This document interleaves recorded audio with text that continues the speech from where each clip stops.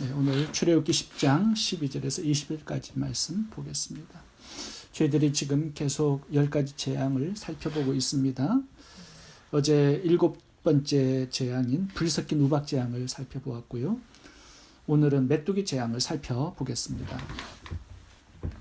우박들도 엄청난 이 농작물에 피해를 입혔죠. 완전히 애굽 전역을 초토화시켰습니다. 그런데 그 재앙 속에서도 하나님께서는 긍휼과 자비를 베풀어 주셔서 밀과 쌀뿌리는 피해를 입지 않도록 하셨습니다. 그러니까 미래에 먹을 것을 하나님께서 배려해 주신 거죠. 근데 바로가 회개를 하지 않았을 때 하나님이 남겨두신 이 긍휼과 자비를 다 갉아먹을 이제 메뚜기가 올라옵니다. 이 메뚜기 떼가 올라와서 피해를 당하지 않고 살아있었던 이 밀과 쌀뿌리를 다 갉아먹습니다. 그래서 애굽에 이제 남은 양식이 없는 이제 굶주림이 찾아왔고 죽음이 찾아온 것입니다. 14절부터 읽어보겠습니다. 메뚜기가 애굽 온 땅에 이르러 그 사방에 내림에 그 피해가 심하니 이런 메뚜기는 전에도 없었고 후에도 없을 것이라. 메뚜기가 온 땅을 덮어 땅이 어둡게 되었으며 메뚜기가 우박에 상하지 아니한 밭의 채소와 나무와 열매를 다 먹었으므로 애굽 온 땅에서 나무나 밭의 채소나 푸른 것은 남아있지 아니하였더라. 바라간대 이번만 나의 죄를 용서하고 너희의 하나님 여호와께 구하여 이 죽음만은 내게서 떠나게 하라. 이제 바로가 자신의 죄를 용서해 달라고 구합니다. 그리고 이 죽음만은 좀 피할 수 있도록 도와달라고 요청을 합니다. 제가 아프리카에 살았을 때 이 메뚜기 떼가 매년마다 찾아왔습니다. 어떨 때는요, 그 숫자가 어마어마해가지고 하늘이 캄캄할 정도입니다. 이 메뚜기 떼가 나오면요, 그 해의 농작물은 다 초토화되어 버립니다. 먹을 게 없어요. 왜냐하면 이 원 평방미터당 메뚜기 떼가 얼마나 출현하냐면 5만 마리가 이게 뜯어먹습니다. 농작물을. 그러니까 뭐 나무, 이파리, 채소, 양식 그 해의 농작물은 전부 다 초토화가 되어버립니다. 근데 문제는 뭐냐면 오늘도 양식이 없어요. 근데 이게 자라서 씨가 맺혀서 그 씨를 뿌려야 내년에도 먹을 수 있지 않습니까? 미래가 싹 없어져 버리는 겁니다. 그러니까 오늘과 미래를 갉아먹는 황폐한 재앙이 바로 메뚜기 재앙입니다. 완전히 굶주림과 죽음만 이제 남게 되는 거죠. 어제 바로왕의 신하들이 어떻게 고백합니까? 애굽이 망한 줄을 알지 못합니까? 바로왕이요. 7번째 재앙까지만 해도요, 완전히 애굽이 망했습니다. 근데 지금 8번째 메뚜기 재앙까지 겹쳤으니 다시 소생하기 어려운 그런 상황이 되어버린 것이죠. 그렇다면 왜 바로왕은 이렇게 고집을 피우고 있는 것입니까? 지금 완전히 나라를 망하게 해버린 장본인이 되었는데 항복하지 않습니다. 끝까지 완악한 마음을 가지고 하나님을 대적하고 있습니다. 지금 10번째 재앙까지 가는데요. 왜 이런 재앙이 계속 찾아오게 되는 것입니까? 그 이유는 단 한 가지이죠. 하나님께서 놓으라고 하신 이스라엘 백성들을 붙들고 놓지 않았기 때문입니다. 자기 소유가 아니지 않습니까? 이스라엘 백성들은 하나님의 소유거든요. 그러니까 자기 것이 아닌 것을 욕심내고 있습니다. 노동력 욕심내는 거죠. 전쟁할 때 군사 욕심내는 거죠. 잘못된 것을 집착하고 애착하고 사랑하고 있습니다. 이것이 이제 메뚜기 떼 황충을 불러들이는 역할을 한 것입니다. 하나님께서 놓으라, 버리라, 포기하라는 말씀하시는 것들이 있죠. 이것을 욕심내고 품고 집착하고 애착하고 붙들고 있다면 그것이 황충의 때를 몰고 오는 이유가 되고 원인이 된다라는 것입니다. 망함과 황폐함을 가져오게 되는 그 이유, 잘못된 것을 붙들고 놓지 않기 때문이고 그것을 집착하고 애착하기 때문이다. 오늘 본문이 주는 교훈이 바로 이것입니다. 성경에서 하나님께서 버려라, 포기하라고 하신 것들이 참 많이 있습니다. 근데 이 잘못된 것들을 내가 욕심내고 품에 품고 오래 집착하고 살아갈 때 이제 메뚜기 떼가 찾아오는 것이죠. 내 인생을 황폐하게 만드는 역할을 하는 것입니다. 아마도 창세기 3장의 아담과 하와가 그 첫 번째 대표적인 인물이 될 것 같습니다. 하나님께서 선악과를 욕심내지 말라고 하셨어요. 포기하라고 명령하셨음에도 불구하고 그는 선악과를 욕심냅니다. 집착하고 애착하고 사랑합니다. 결국 아담과 하와는 이 선악과를 집착하고 애착했을 때 인생이 황폐하게 변하죠. 이 황충의 습격을 받습니다. 하나님 관계도 끝장나 버리고 자기 생명도 죽고 인류를 사망으로 몰아넣은 그런 장본인이 되고 말았습니다. 다윗도 봐보세요. 밧세바를 간음할 때 그는 6명의 아내가 있었습니다. 취해서는 안 될 것을 욕심내죠. 집착하죠. 애착하죠. 그랬을 때 다윗의 인생은 거기에서부터 황폐해집니다.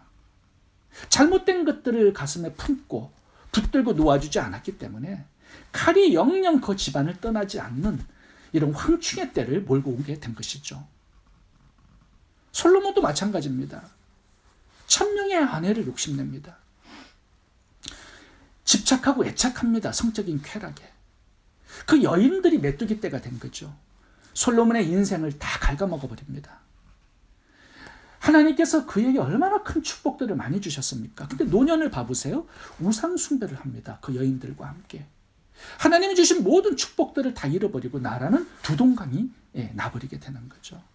이 황폐함의 이 저주, 무엇 때문입니까? 잘못된 것들을 사랑하고 붙들고 있기 때문이죠.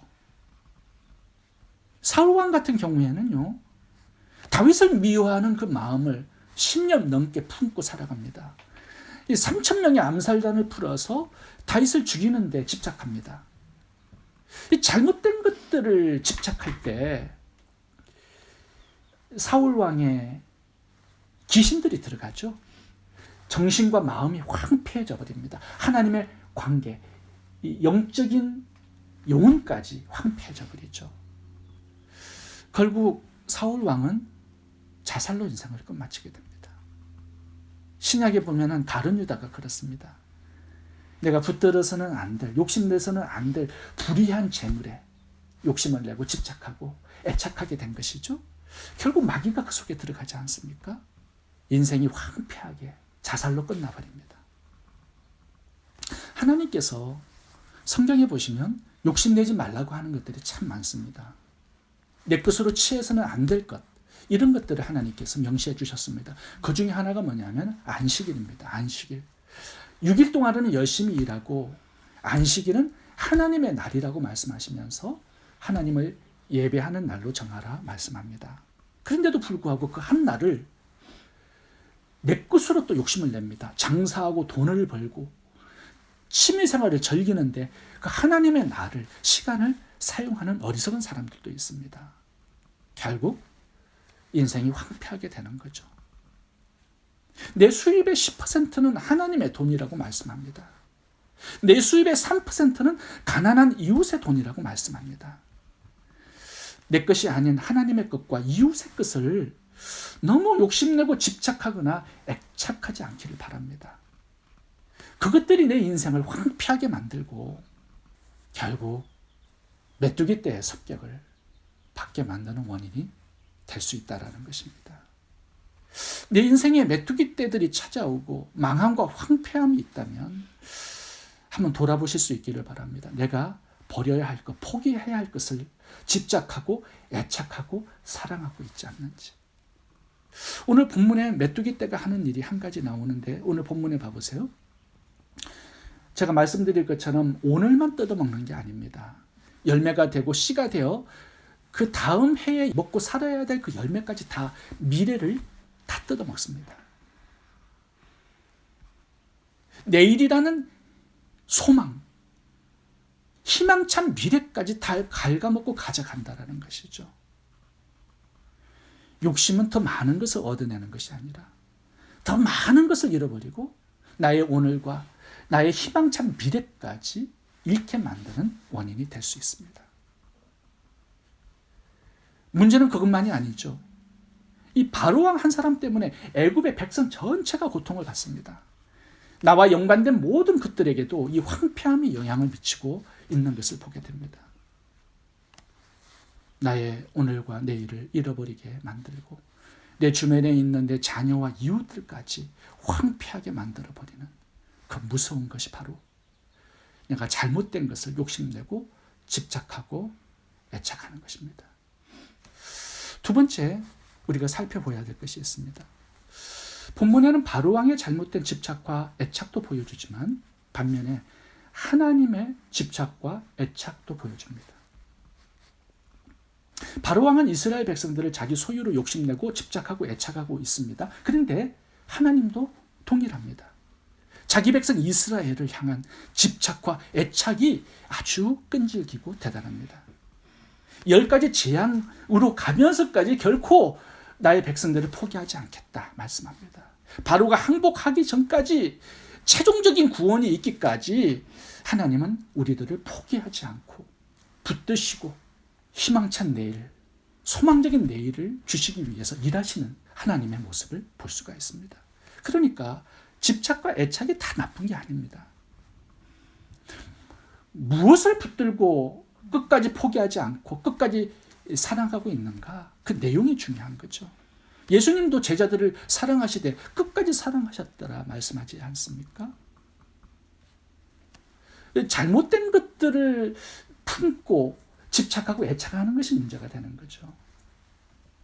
하나님께서 허락하신 것들, 하나님께서 사랑하시는 것들, 기뻐하시는 것들을 내가 끝까지 붙들고 집착하고 애착하는 것은 굉장히 좋은 일입니다. 우리는 이런 공조가 좀 있어야 되죠. 그런데 문제는 그걸 붙들고 있으면 내 인생이 망하는 것들, 그걸 붙들고 있으면 죄가 되는 것들, 메뚜기 떼가 찾아오는 그런 것들을 내가 놓지 못하고 집착하고 애착하는 이것이 잘못된 것이죠. 애굽의 바로왕은 하나님께서 버리라고 하는 것을 집착하고 애착하고 붙들고 포기하지 않고 있기 때문에 지금 10가지의 재앙이 계속적으로 찾아오게 되었다는 것입니다. 우리가 놓고 포기해야 할 이 집착과 애착은 하나님께서 말씀하신 잘못된 죄악들입니다. 그런데 우리가 절대로 포기하지 말고 붙들어야 할 집착과 애착이 있어야 합니다.